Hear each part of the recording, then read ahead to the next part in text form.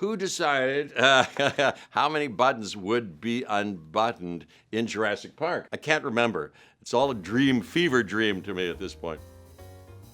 Hello, my name is Jeff Goldblum, and I'm here to explain it all, whatever that means. Anyway, that's what I'm here to do. I grew up in Pittsburgh, Pennsylvania. My dad has a story. He says that he was poor, and his parents, his dad came from Russia by the name of Pavartsik. He changed it to Goldblum when he came here. And he had a luggage and a candy store in Pittsburgh. When he was very young, told us that he wanted to either be an actor or a doctor. And he stuck his head in the back of a class at Carnegie Tech and said to us that he told himself when he did that, whatever he saw, gee, that's out of my league. Whatever he meant by that, and he became a doctor. I think I caught a bug, maybe, or early on when I got very excited about theater or something and started to do something that seemed like performing or acting, maybe he was tickled. I'm saying this in a new way for the first time, and maybe that kind of sparked something. And then I took part in a camp, a Chatham Music Day camp between 5th and 6th grades when I was 10-ish. That was it, because they put me in the lead of a play. I leaped on stage, and people laughed, and da-da-da-da. After the show, they said, did you like that? How'd you like that? And I was like, yeah, I like that. But from that time on, I was like, I think I'm an actor. I want to be an actor. And then by the time between 9th and 10th and 10th and 11th grades came along, I went to Carnegie Mellon University in between the summers. My head exploded, and I became obsessed with the idea I must be an actor. And in fact, every day when I took a shower, my hygiene was always impeccable. I'd take a shower before school, and the glass door would steam up. It was still a secret that I kept to myself. I was too embarrassed or whatever, or it was too important. And I said, please, God, let me be an actor. And before I left the shower, I would wipe it off. That's a little bit about me and little Jeff getting the idea to be an actor. Look, self-doubt. Hey, if you're in the creative, if you're doing anything important in life, I think, even if it's falling in love and putting yourself out there and making yourself vulnerable to an important relationship of one kind or another, you will feel doubtful about yourself. Am I up to this? Can I do all of that stuff? You'll be out of your comfort zone, and good for you. That's just where you want to be. Fear can be a useful ally and an ingredient, and it'll transmogrify itself from fear into energy and creative energy and focus and urgency. Of course, acting is always scary, and getting up in front of people and, promising them something and then having to deliver is scary because it may not work. And so it makes you that doubt, whether, hey, can I, do my part in this, makes you focus, like I say, and prepare and work and do something that you haven't done before, and makes you reach further and start to sing and start to fly. That's one of the ingredients. That's part of the engine. So do not combat it. Don't lock it in the basement. Don't try to pretend otherwise. Be honest about it to yourself and to others. It'll unlock something good. Freedom and juice. There you go. Call me in the morning and tell me what happens. I've been working for a long time. That's the premise of the question, and certainly, a blind man could see that. Do I have any regrets about things I have or haven't done? Regrets? I've had a few, but just too few to mention. I would say, I'm philosophical minded. I have a bent toward philosophy. So I would say, whether you believe in free will or not, look, I've done all the things I've done exactly as I've done them, and the only posture to take at this point is acceptance. And it's not as if I'm unfamiliar with recrimination and second thinking.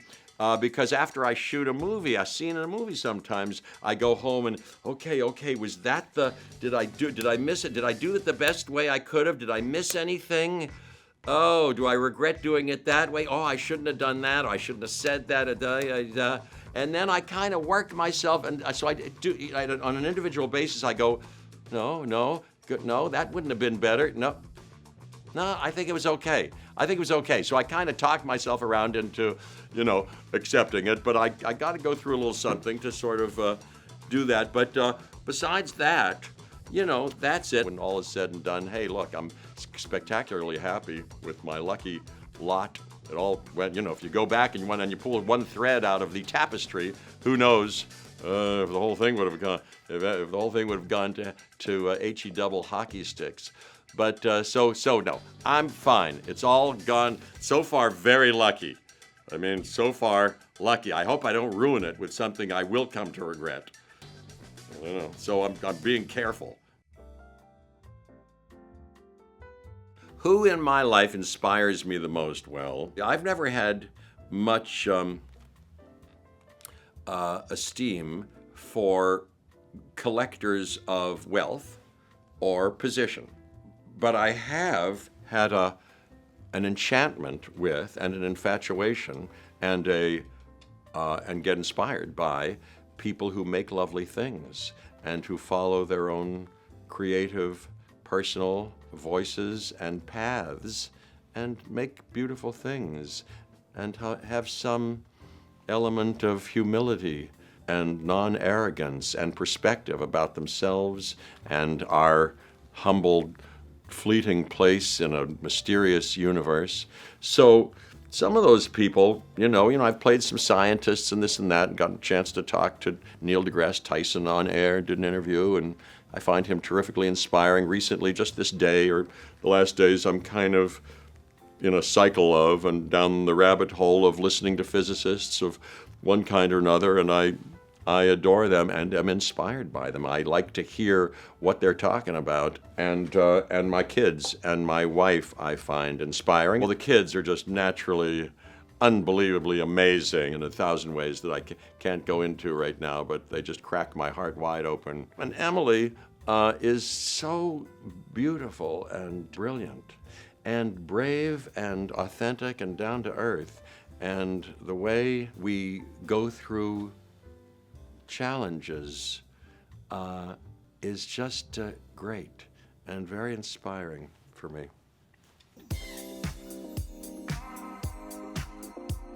Who decided how many buttons would be unbuttoned in Jurassic Park? Well, if you're talking about the scene that I'm thinking of, all the buttons were unbuttoned. It was fully unbuttoned as I was, draping myself in dramatic pain there, sweating and heaving. I can't remember. Steven Spielberg was directing it. He was there, as I remember. Did he say, Jeff, unbutton more, all of them, unbutton them? I don't know that he said that. I can't imagine that he would have.